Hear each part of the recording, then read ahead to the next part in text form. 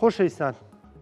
گفتوگوێم پرس و باس و بابەتان ناکەین پەیوەندیەکان هێرێمی کوردستان و بەغدا بۆ بەێستا گەشتن و لە ئایندەدا چۆن دەبن.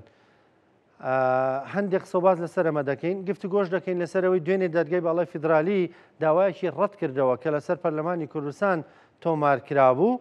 کە یەکەم جەلسەی دانیشتنی پەرلەمانی کوردستان بە نایاسایی ناوزەندکە دادگای فیدرالی وتی ئەمە لە چوارچێوەی دەسەڵاتی کاری ئێمەدا نیە یاخود لە چوارچێوەی کاری ئێمەدا نیە. گفتوگوێم پرس و باس و بابەتانە دەکەین لەگەڵ زۆر بەڕێز دکتۆر یوسف محەممەد سادق بەڕێزیان سەرۆکی پێشووتری پەرلەمانی کوردستان ڕاستەوخۆ لەگەڵمانە. دکتۆر سلااوت لێ بێم کاتت باش سواس دەکەم سواس بۆ بەشداریکردنت لەگەڵمان. با لەوە دەست پێ بکەین لەو داوایەوە کە لەسەر پەرلەمانی کوردستانە بوو دوێنێ دادگای باڵای فیدرالی ڕەتی کردەوە یان وتی ئەمە لە چوارچێوەی کاری ئێمەدا نیە. بە بڕوای تۆ بۆ داوایەکی لەم شێوەیە لەسەر پەرلەمان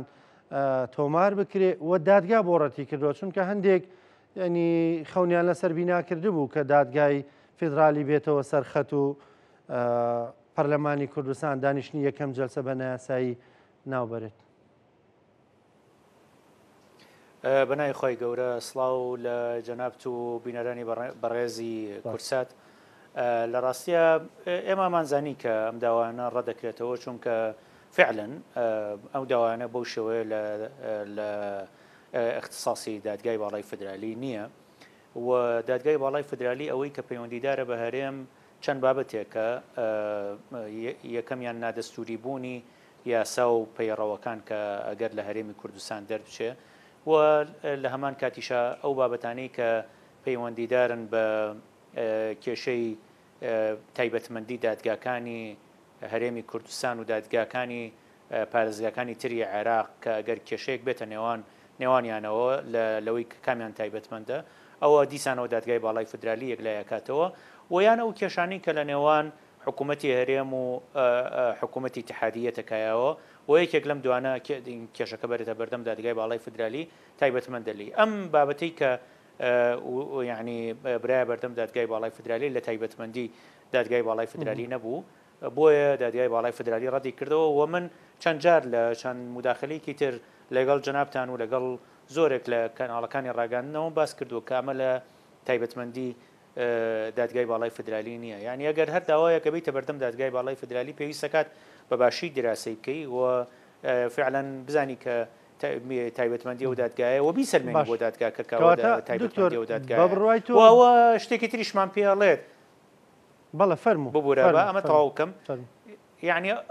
لە ڕاستیە ئەو داوایانی پێشووتریش کە لەسەر هیم بوو لەسەر درێژکردنەوەی ماوەی پەرلەمانی کوردستان بوو یعنی لە ڕاستیە چوار داوا لە بەردەم دادگای باڵای فیدرالی هەبوو ئەو کاتە سێیان لەو داوایانە هەر بەم شێوازانی ئێستا بە هەڵە تۆمار کرابوون بەڵام لەبەرەوەی یعنی ئەمە زۆر بەباشی دراسەمان کرد کاتی خۆی و داواکەی ئێمە لە چوارچێوەی تایبەتمەندیەکانی دادگای باڵای فیدرالی و بۆیە ئەو کاتە ئەو بڕیارە درا لەسەر هەڵۆشانەوەی ئەو یاسایی کە کرابوو بۆ درێژکردنەوەی ماوەی پەرلەمانی کوردستان. باشە دکتۆر کەواتانی کورت و پخۆت ئەوانەی کە داواکەیان تۆمار کردووە تەواو خوێندنەوەیان نەکرۆ بۆ داواکە شارەزایی ورد و دەقیقیان نەبووە یان چییە؟ خۆی ئەکرێ هەمووی بێ یعنی دقیق نەبوون لە پرسیەوەی کە داواکە چۆن تۆمار کرابێ و هەندێکیشی ڕەنگە فشاری سیاسی بوو بێ یعنی خۆتان نەزانن کە یعنی ئەوانە ڕەنگە نوێنەرایەتی هێزی سیاسی تایبەتەکەن لە هەرێمی کوردستان ویستبێتیان لەو ڕێگایەوە هەوڵی خۆیان بدەن بۆ هێنانەکەی فشاری سیاسی لەوەی کە پەرلەمانی کوردستان کارەکانی خۆی ئەنجام بدات و لامان کاتیشە یعنی ئەگەری یەکەمیش هەروارە کە یعنی دقت بەخەرج نەدراوە لە چۆنێتی تۆمارکردنی داواکانە. باشە دکتۆر بێنە سەر پەیوەندیەکانی هەرێم و بەغدا سێ مانگ لەمەوە بەرەوەزارەتی دارایی عێراق ڕایگەیان وتی هەرێمی کوردستان یەک دیناری لە حساب و کتابی ئێمەدا نەماوە ئەنی کورت و پوخە دوتی بڕۆن چۆن موچەی خۆتان دابین نەکەن دابینیکەن هەتا سەری ساڵ ئێوە حساب و کتابتان لای ئێمە نەماوە بەڵام دوای بێنەوبەردەیەکی زۆر تا ئەمڕۆ بڕاری داوە کە موچەی مانگی 5 بنێرێ. یعنی ئەمە عێراق ئێمە دەزانین بە بڕوای تۆ ئەمانە بۆچی ڕوو ئەدەن یعنی هەمیشە کێشەی سیاسی بەڵام چۆنەڵی بیانووی حاضر بەدەستی یاسایی و دەستوریش لە بەردەستدایە بۆ هەردوولا ئەمە بۆ ڕوو ئەدا لە بینی هەرێمی کوردستان و بەغدا. خۆی سەبارەت بۆ پرسە هەر لەو بڕیارەی کە لە مەجلیسی وزەرا دەرچوو سەبارەت بە مەجلیسی وزەرای اتحادی 550 ساڵی 2025 بۆ یعنی خستنە بواری جێبەجێکردنی ئەو لێک تێگەیشتنی کە لە نێوان هەرێم و بەغا هەبووە سەبارەت بە ناردنە دەرەوەی نەوتی هەرێمی کوردستان لە ڕێگەی حکوومەتی اتحادی و سۆمۆوە و لە بەرامبەرەوە سەرفکردنی موچەی موچەخۆرانی هەرێمی کوردستان لە خاڵی چوارەمیە باس لەو پرساکە کە پێویستەکات تیمێک لە وەزارەتی مالیە اتحادی و دیوانی ڕقابی مالی اتحادی بە هەماهەنگی لەگەڵ وەزارەتی مالی هەرێم و دیوانی ڕقابی مالی هەرێم دروست بکرێت بۆ باسکردنی بڕی لادان لە حسەی هەرێم لە ئینفاقی فعلی یعنی کەواتە ئەو پرسە هەرماوە بەڵام ئەو نووسراوە کەی دەرچوو ئەو نووسراوە کاتێک دەرچوو کە هەرێمی کوردستان دەسەڵات لە هەرێمی کوردستان ڕێککەوتنێکی پێشووی لەگەڵ حکوومەتی اتحادی جێبەجێ نەکرد کە ئەو ڕێککەوتنە لە مانگی 1 و 2 ئەنجام درا و ئەو ڕێککەوتنە هەمواری یاسای موازنەی بۆ کرا یعنی لە مانگی 2 ئەم ساڵ لە مانگی 2 ئەم ساڵ ئەو ڕێککەوتنی ئەو لێک تێگەیشتنی کە هەبوو لە نێوان هەرێم و بەغا کردیان بە شێوازێکی قانونی هەمواری یاسای موازنەیان بۆ کرد و لە ڕاستیە ئەو هەمواری یاسای موازنەی کە کرا زۆر ڕێک و پێک بوو زۆر لە قازانجی هەرێمە ئێستش زۆر گرنگە پێداگیری لەسەرکرد لە قازانجی هەرێمی کوردستانە لەوەی کە تێچووی نەوتی هەرێمی کوردستانی زیاتر کردووە لە تێچووی نەوتی شوێنەکانی تری عێراق و تێچووی ئەم نەوتەی خستوۆتە سەر موازنەی سیادی لە موازنەی تەشغیلی دەری هێناوە یعنی لەوەی کە هەرێم خۆی پابند بە پێی دەری هێناوە کردوێتی بە ئیلتیزامێکی حکوومەتی اتحادی و لەگەڵیشیا تەنانەت یعنی ئەگەری ئەوەی کە ئەو تێچوونە زیاتر بێ لە 16 دۆلاریش ئەگەری ئەوەشی ڕەچاو کردووە بەڵام ئێوە خۆتان ئەزانن کە هەرێمی کوردستان بە بیانووی جیاواز ئەو هینەی ئەو ئیتفاقی جێبەجێ نەکرد و 1 لیتر نەوتی لە ڕێگەی سۆمۆوە هەناردە نەکرد 1 لیتر نەوتی نەدا بە سۆمۆ و سەرباری ئەوە حکوومەتی اتحادی بۆ 3 مانگ پابند بوو یعنی موچەی مانگی 2 مانگی 3 مانگی 4یشان نرد بەڵام ئەی دەسەڵاتدارانی هەرێمی کوردستان چۆن وەڵامی ئەم بابەتیانایەوە تۆ ئیتفاقێکت کردووە لە قانونی موازنە جێت کردوێتەوە خۆشتان نەزانن ئەگەر بیرتان بێ هەلهەلەی زۆریان هەڵکێشا و وتیان ئیتر لە 2025 ئێمە ڕوبەڕووی قەیرانی موچە نابینەوە لەگەڵ عێراقا بیرتانە خۆ هەمووتان بیرتانە بەو شێوەیە بەڵام سەرباری ئەوە خۆی هاوقسەی کرد بەڵێ خۆی هاو قسەی کردوتی تر ئەوە کێشەی موچە دروست نابێتەوە بەڵام جێبەجێیان نەکرد 3 مانگ حکوومەتی اتحادی موچەی نرد وەڵامەکە چی بوو لەلایەن دەسەڵاتدارانی هەرێمی کوردستان ئەو هەڕەشە و گوڕەشانە بوون کە لە مانگی 5 کران و لە پێش جەژنی قوربان هەڕەشەیان کرد و بەو شێوەیە مامەڵەیان کرد و لە ئەنجامی ئەوە ئەو نووسراوە دەرچوو کە لە وەزارەتی مالیە اتحادی و ئێستاش هەردیسانەوە پێویست کات معالەجە کرێ ئەو نووسراوە پێویستەکە معالەجە کرێ بەپێی ئەو بڕیارەی ئێستا بۆیە من ئەم شتانە بۆچی باسەکەم ئەم شتانە بۆ ئەوە باسەکەم کە پێویستە کات پند وەربگیرێ لەو ئیلتیزام نەکردانی ڕابردوو پند وەربگیرێ اتفاقێکی زۆر باشە بوو ڕێککەوتنێکی زۆر باشە بوو جێبەجێیان نەکرد تا گەیشتین بەم قەرارەی ئێستا ئەمەی 550 کە بەڕاستی زمانەکەی زۆر قورسرە التزامەکانی لەسەر هەرێمی کوردستان زۆر قورسرە وەک لە چاو هەمواری یاسای موازنەی عێراق کە لە مانگی 2 ئەنجام درا ئەمە ئەومان پێڵێ کە باشترە هەرێمی کوردستان حکوومەتی اتحادی هەردوو لایەن التزام بکەن بەو ڕێککەوتنانەی کە لە نێوانیانە ئەنجامە درێ بۆ ئەوەی هەم لەلایەکەوە قوت و موچە و بودجەی خەڵکی کوردستان نەکەوێتە تنگانە و کێشە و ئەوانەوە و لە هەمان کاتیشە هەرێمی کوردستان دوای ناچار نەبێ بڕاتە نازوری زیاتر بکە بۆ عێراق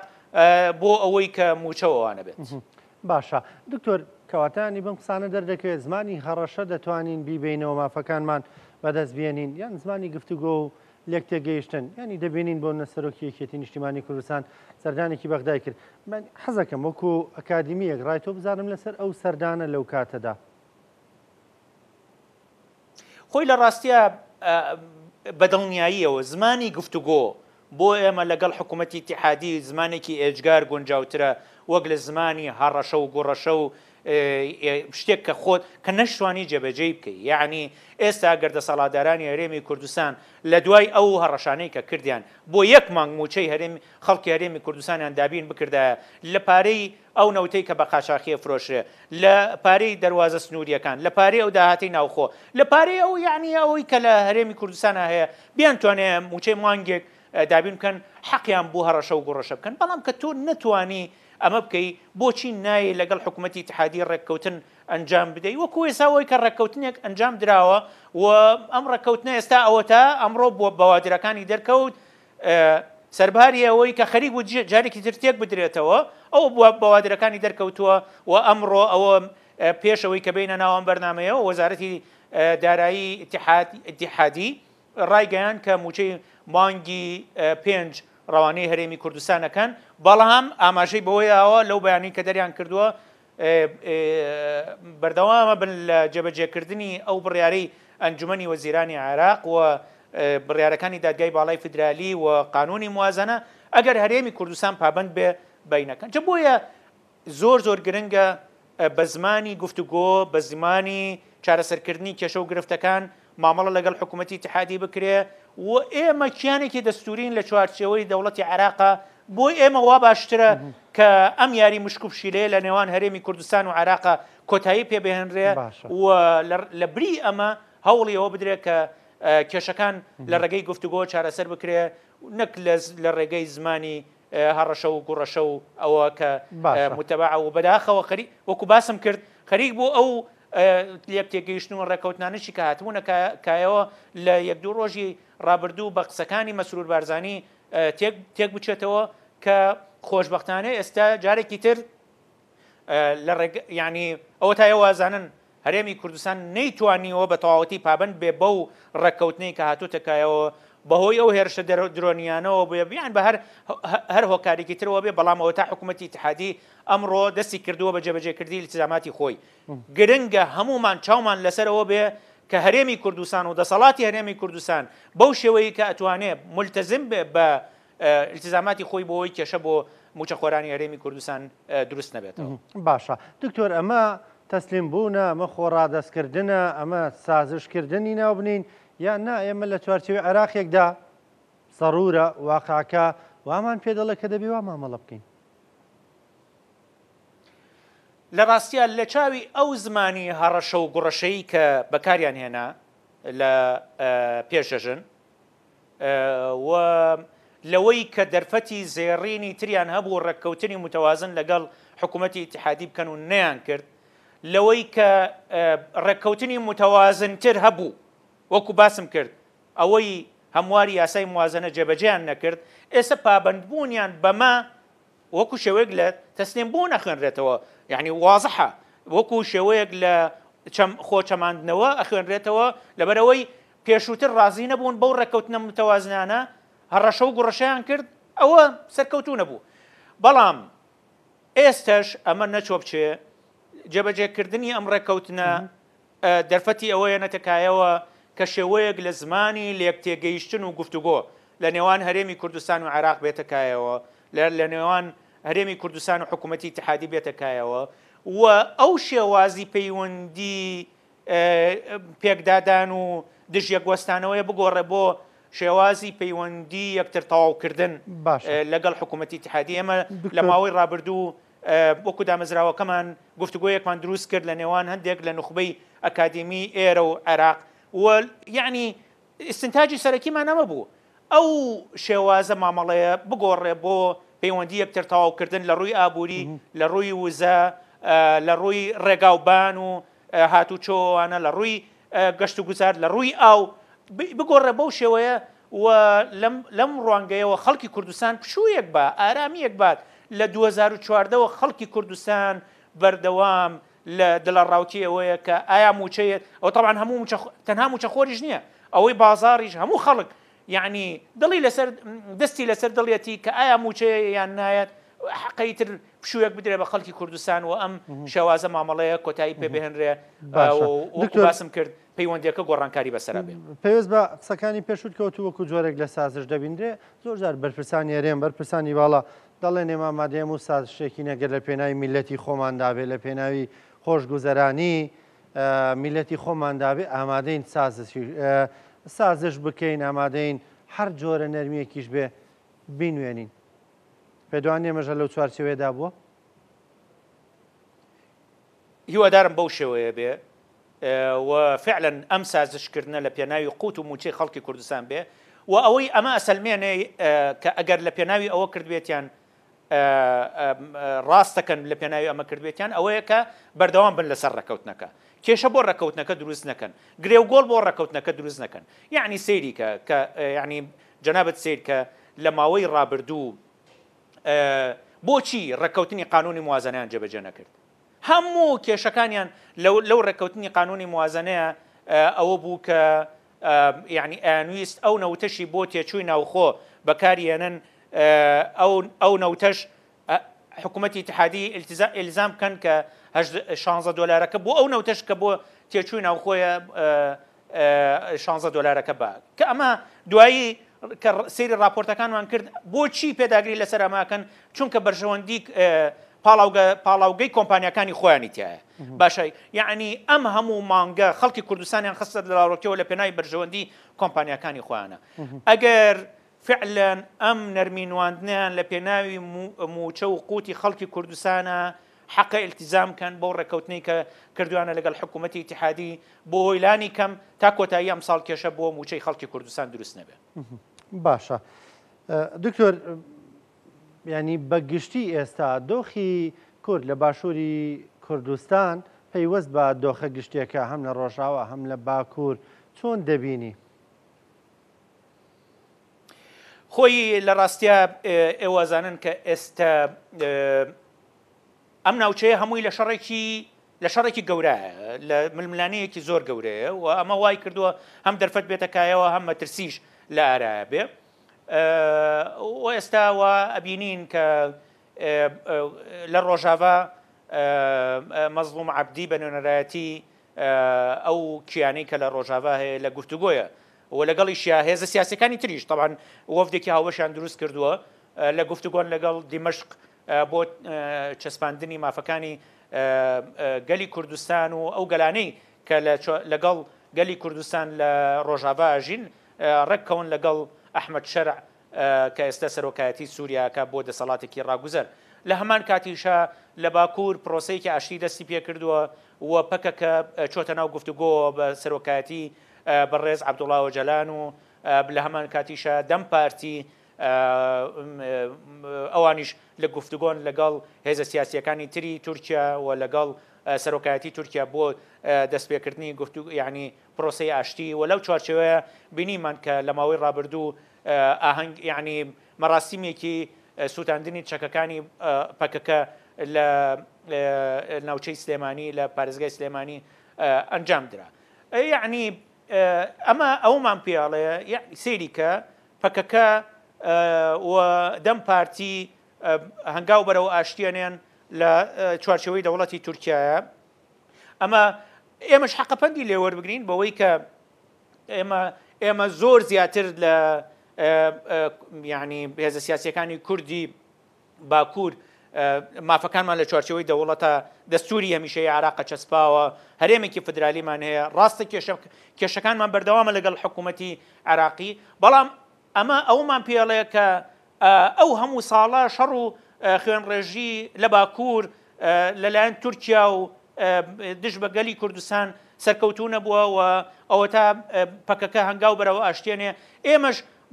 بۆ ناکە بۆ کێشەکانی خۆمان لە ڕێگەی دیالۆگەوە چارەسەر نەکەین لەگەڵ حکوومەتی اتحادی یعنی ئایا مافەکانی ئێمە لە چوارچێوەی ئەو پاشانە زیاتر تەسبیت بووە یان لە چوارچێوەی دەوڵەتی عراقە بەدڵنیاییەوە لە چوارچێوەی دەوڵەتی عراقە من ناڵێم دەوڵەتی عراق دەوڵەتێکی تەواو عیارە دەوڵەتێکی تەواو پێرفێکتە بەڵام ئەتوانین کێشەکانمان لە چوارچێوەی دەوڵەتی عراقە بە ئاشتی و بە گفتوگۆ چارەسەر بکەین من شتێک ئالێرەیە لەگەڵ جەنابەت باس دەکەم کە پێم وایە هینێکە متغیرێکە هاتەکایەوە لە دوێنێ بەڵێ دکتۆر فەرموو بەڵێ گوێمان لێتە دکتۆر فەرموو ئەمە خەریک بوو دەرەهات بەڵێ دیارە پەیوەندێکەمان لەگەڵ دکتۆر داخراوەتەوە بێگومان ئەو کارانە مێستا پەیوەندیەکە باش دەکەن دەمەوێنی هەندێک باس لە دوایین قسەی دکتۆر بکەم یانویستمەوەی بۆ بکەم بە پرسیار بە زیاد ویستی قسەیەک بکە دکتۆر گوێت لێمەیە باشە ینی دکتۆر ڕای وایە ئەمە دەبێت لە چوارچەوەی دەوڵەتی عێراقدا هەوڵی بەدەستێنانەوەی مافەکانی خۆمان بکەین دکتۆر گوێت لە منە بەڵێ ئێستا گوێم لێتە زۆر باش ویست شتێک تەواو بکەی ئەوە تەواو بکە چونکە من پرسیارێکم بۆ دروست بوو بەڵێ گۆڕاوێکی تر گۆڕاوێک هاتەکایەوە دوێنێکە بێت زۆر ئاگامان لێ بێ ئەویش کۆتایی هێنانی ئەو ڕێکەوتنی کە لە نێوان عێراق و تورکیا هەبوو بۆ هەناردەکردنی نەوتی عێراق لە ڕێگەی ئەو بۆریە نەوتەوە بۆ بەندەری جیهان لە ڕاستیە جێی سەرنج بوو ئەو کۆتایی هێنانی ئەو ڕێکەوتنە پێش ساڵێک لەو تەوقیتەیە لەو کاتێک کە هەرێمی کوردستان و عێراق خەریکاگەن بە ڕێکەوتن و گەیشتن بە ڕێکەوتن بۆ هەناردەکردنەوەی نەوتی هەرێمی کوردستان لە ڕێگەی بەندەری جیهانەوە جێی سەرنج بوو کۆتایی هێنان بەو ڕێکەوتنەکە ئەوە دوو سیناریۆ لەواچێ لە پشت ئەو پرسەوە بێ سیناریۆ یەکەمیان دوور نییە حکوومەتی تورکیا دەوڵەتی تورکیا ئەو ڕێکەوتنەی بەدڵ نەبێ و بیەوێ پرسی وزەی هەرێمی کوردستان هەر بە بارەمتە گیراوی لای تورکیا بمێنێتەوە نەک ئەوەی کە لە ڕێگەی حکوومەتی اتحادیەوە ئەو پرسە چارەسەر بکرێ و ئەوە ڕەنگە بمان گەڕێنێتەوە بۆ مڕەبعێکی تر کە مڕەبعی ساڵانی 2014 بۆ دواتر بوو کە هەمومان دەرەنجامەکەی بۆ سەر خەڵکی هەرێمی کوردستان ئەزانین دکتۆر ینی ئەتەوێ بڵێ دکتۆر سیناریۆیەکی تریش دکتۆر ینی ئەتەوێ بڵێ ئەو مڕەبعی کە باسێ کرد دەڵێی گەڕانەوەمان بۆ 2013 یانی دەتەوێ بڵێ هەرێمی کوردستان ڕەنگە جارێک دیکە بیر لە فرۆشتنی نەوت بکاتەوە بە شێوەی سربەخۆ و بەبێ گەڕانەوە بۆ بەغدا ڕاستەوخۆ لەگەڵ تورکیا یەکێک لە سیناریۆکانەوەیە بە تایبەتی کەەوە هاوکات بوو لەگەڵ ئەو تەسریحەت توندانەی کە لە ماوەی ڕابردووش مەسرور بارزانی یای لە یەک دوو ڕۆژی ڕابردوو لە دوای ڕێکەوتنەکە ئەوە یەکێکە لە سیناریۆکان و سیناریۆیەکی تریژەوەیە کە دەوڵەتی تورکیا بێوێ گفتوگۆ بکاتەوە لەگەڵ عێراقا لەسەر ئەو ڕێکەوتنە و ئەم جارە هەندێک مەرجی قورستر لەسەر عێراقدا بنێ و بە تایبەتی لێدوانێکی بوتەوێژێک ینی سەرچاوەیەک لە ناو وەزارەتی نەوتی عێراقیشەیە کە حکوومەتی تورکیا ڕەشنووسی ڕێکەوتنێکی تازەی بۆ وەزارەتی نەوتی عێراق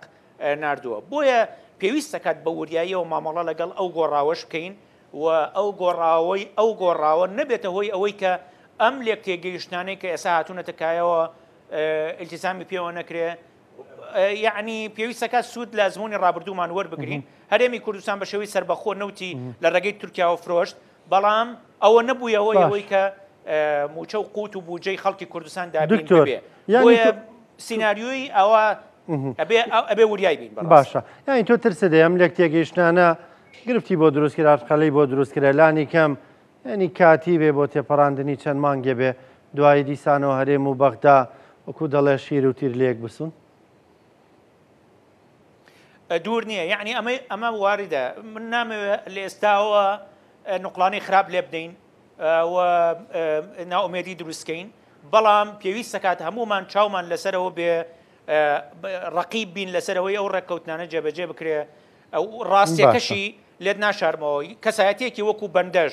ئەگەر حکوومەتی اتحادی التزامی نەکردایە بە ڕێکەوتنەکە بەدڵنیاییەوە هەمومان ڕاخنەی حکوومەتی اتحادیشمانە کرد بەوەی کە التزام ناکا بە ڕێکەوتنەکەەوە بەڵام هەمووشمانە بێت چاو دێربین بەسەر دەسەڵاتی هەرێمی کوردستانەوە کە ڕێکەوتنەکە وەکو خۆی جێبەجێ بکە بۆ ئەوەی کێشە دروست نەبێ و خەڵکی کوردستان جارێکی تر یعنی بەرژەوەندی خەڵک ژیانی خەڵک لە مەحەکە یعنی ئەبێ هەمومان چاومان لەسەر ئەمە بێ بەرژەوەندی و قوت و موچە و سفرەی خەڵک لە مەحەکە پێویستە کات ئەمە ڕەچاو بکەین دکتۆر پێشتر قسەیەکت کرد بۆ من بۆی بەسەرمدا تێنە پەڕەویستم بیکەم بە پرسیار وتی دێمە دەبێت لە چوارچێوەی بەغدا ینی لە چوارچێوەی دەوڵەتی عێراقدا کە دەڵێن بەغدا مافەکانی خۆمان بەدەستبێنین هەوڵی بڵێن بێزبوونی خۆمان بدەین ینی پێ دوایە ئەبێ ئێمە هەر لە چوارچێوەی دەوڵەتی عێراقدا بیر لە بەدەستێنانی مافەکانمان بکەینەوە ئەمە پشتگوێ خستن یان وەلانانی خەونی سربەخۆی نییە بۆ کورد؟ لە ڕاستیە کاک ڕزگار هەمومان لە ناخمانە حەزمان بەسەر بەخۆیە. کەس نییە پێم وانە هیچ کوردێکی ڕەسەن و شەریف هەبێ کە حەزی لەوە نەبێ کە کوردی ژۆک و هەموو گەلانی تری ناوچەکە دەوڵەتی سربەخۆی خۆی هەبێ. بەڵام ئایا ئەمە تا چەند مەیسەرە؟ ئەمە مەوزوعێکی ترە. تۆ چی ئەتوانێت ئەسە بەدەستبێنی؟ ئەمە مەوزوعێکی ترە. پێویستەکات ئەزمون لە ڕابردوو وەربگرین، سوود لە خوێندنەوەی مێژوو وەربگرین. لە ڕاستیە بوونی ئێمە لە چوارچەوەی دەوڵەتی عێراقا بڕیاری خۆمان نەبووە، کاتی خۆی بڕیاری کورد نەبووە، نەکەر بڕیاری کورد نەبووە. ئەسڵەن چۆنیەتی دروستکردنی ئەو دەوڵەتە لە دوای جەنگی جیهانی یەکەم بڕیاری عێراقیەکانیش نەبووە، ئەسڵەن عێراقێک لە ئارایە نەبووە. ئەمە بڕیارێکی نێودەوڵەتی بووە، بڕیاری دەوڵەتە سەرکەوتوەکانی دوای جەنگی جیهانی یەکەم بووە. باشە ئەسڵەن ئەم دەوڵەتەشیان کە دروست کردووە حاکمەکەی لە خۆیاندا نەناوە، ڕۆشتون لە دەرەوە حاکمێکیان بۆ هێناوە، مەلیکێکیان بۆ هێناوە. خۆ هەموو ئەو مێژووە زانین بوونی ئێمە لە چوارچەوەی دەوڵەتی عێراقا پێش ئەوەی کە پرسێکی عێراقی بێ پرسێکی ئیقلیمیە و ئێوە خۆتان نەزانن دەوڵەتانی ئیقلیمی چۆن مامەڵەیان لەگەڵ پرسی ئەوەی لە ناو کەوانەیە ناوین ڕێفراندۆم چۆن مامەڵیان لەگەڵا کرد و پرسێکی نێودەوڵەتیشە پێش ئەوەی پرسێکی عێراقی بێ. ئێمە پێکەوە بوونێکی ئیجباریمان لە چوارچەوەی دەوڵەتی عێراقا هەیە و لە چوارچەوەی دەوڵەتی عێراقین. بۆچی ئێمە و عێراقیەکانیش ئەم پێکەوە بوونە ئیجباریە نەگۆڕین بۆ پێکەوە بوونێکی اختیاری خۆبەخشانە لەسەر بنەمای بەرژەوەندی هاوبەش؟ مادەم ئێمە ئێستا لە چوارچەوەی دەوڵەتی عێراقین و ئەبێ لە چوارچەوەی ئەم دەوڵەتە بمێنینەوە، بۆچی بوونمان لە چوارچەوەی ئەم دەوڵەتە نەقۆزینەوە بۆ بەرەو پێشبردننی دۆخی هەرێمی کوردستان و بۆ بەهێزکردنی پێکەی هەرێمی کوردستان لە چوارچەوەی عێراق و بینینی ڕۆڵێکی زیاتر لە چوارچەوەی دەوڵەتی عێراقا لەم ناوچەیە؟ و ئەگەر نەخشەی ئەم ناوچێژ سەر لە نوێ گۆڕانکاری بەسەرهات ئەوە لكل حادث حديث. بەڵام بۆچی ئێستا کە مادەم ئێستا دەرفەتێک نییە بۆ گۆڕینی ئەم نەخشەیە ئێمە لە چوارچەوەی ئەم دەوڵەتەیە سوود لە پێگەی خۆمان نەبینین؟ بە پێچەوانەوە ئەزمونونەکەی ڕابردوو دووباراکەینەوە سەیریکە، یعنی ئەگەر بەو شەوەیە مامەڵە نەکرایە ئێمە بۆ یەکەم جار لە 100 ساڵی ڕابردووە دەستمان گەیشتووە بەسەر هەموو خاکی کوردستانە. هەموو ئەو خاکی ئێمە کورد لە چوارچەوەی دەوڵەتی عێراقا بەهی خۆمان ێزانین دەستمان ڕاگەیشتووە لە 2015 بە خوێنی سەدان شەهید و برینداربوونی هەزاران پێشمەرگە ئەو ناوچانە کەوتە دەست کورد. چیمان لێ کرد؟ بەو هەنگاوە هەڵەیە ئەوەمان لە دەستدا و پێگەی هەرێمی کوردستان ئەوەشی کە ماوە لە چوارچەوەی دەوڵەتی عێراقا لاوازمان کرد. بۆیە حەقە سوود لە ئەزمونونەکانی